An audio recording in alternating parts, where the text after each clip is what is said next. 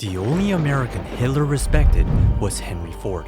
Was it because he was responsible for America's rapid industrialization or something far more? Before Henry Ford became a business tycoon, he had a humble beginning in a workshop tinkering with nothing more than a pocket watch. Henry Ford invented the 9-to-5 workday and the creation of weekends. Ford changed the world with his ideas, but he wasn't a savior. He was a flawed man who served the average American but hated the Jews, who pushed for fair working conditions yet ruled his factories like a tyrant. This is the paradox of Henry Ford.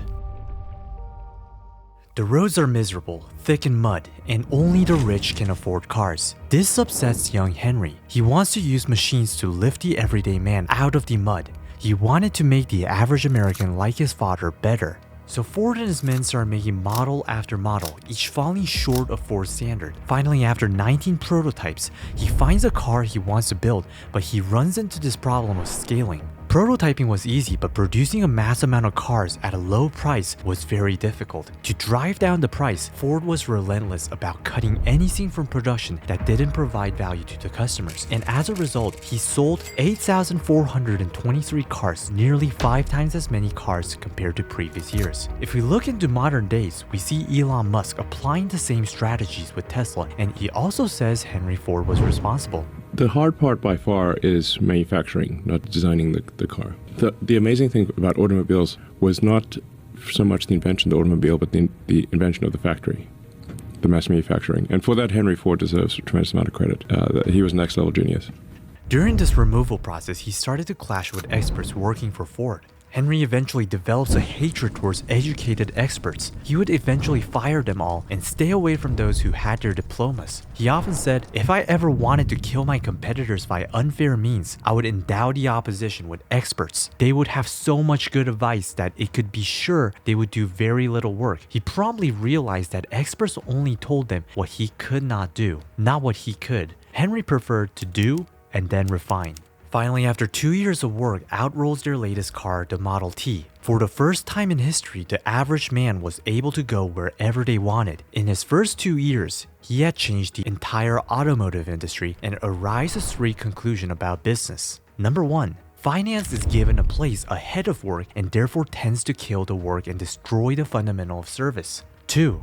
That thinking first of money instead of work brings on fear of failure, and this fear blocks every avenue of business. It makes a man afraid of competition, of changing his methods, or of doing anything which might change his conditions. 3. That the way is clear for anyone who thinks first of service, of doing the work in the best possible way. Repeatedly, Ford would preach the word service, and he held the standard for his company and his employees. Thousands of orders for the Model T are placed daily, but behind the success of Ford's assembly line lies a darker side to Henry Ford. As the company grew, so did his ego. Initially, he was right to fire experts, but as time passed, he started firing people who gave great ideas for innovation. Anybody who was against him started becoming his enemy, and as years passed, he develops a disturbing view, a prejudice towards Jewish people called anti-Semitism. Ford not only holds this belief, but starts to push it. Using his newfound wealth, he acquires a newspaper called the Dearborn Independent. He begins to publish his agenda against Jewish people. The Jew is a race that has no civilization to point to,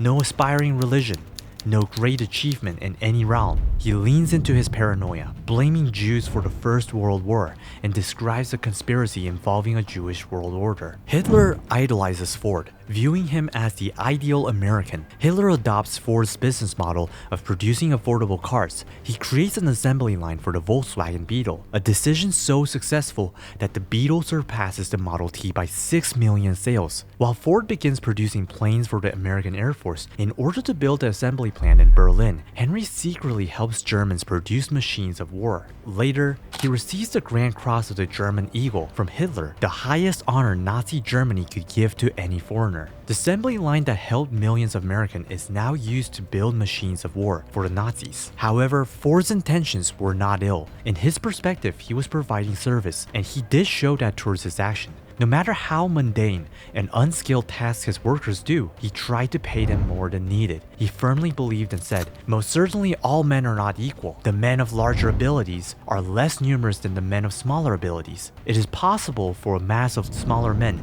to pull the larger one down, but in doing so, they pull themselves down.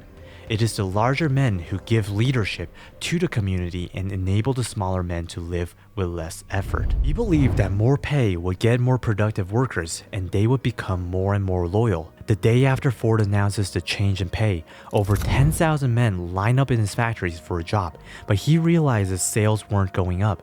This is where Henry learns by working every day for long hours, the workers do not have time to consume.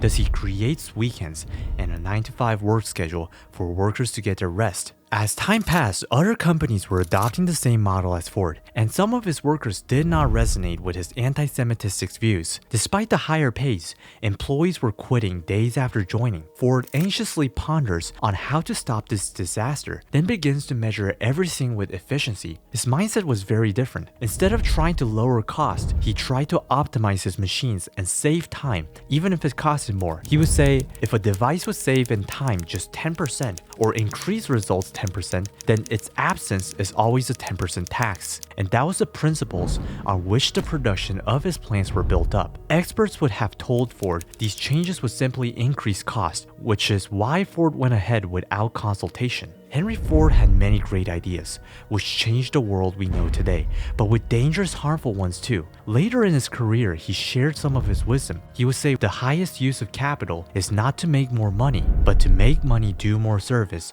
for betterment of life. Overcome fear and be free. It is not wisdom or our money, it's the endeavor to make this world a better place.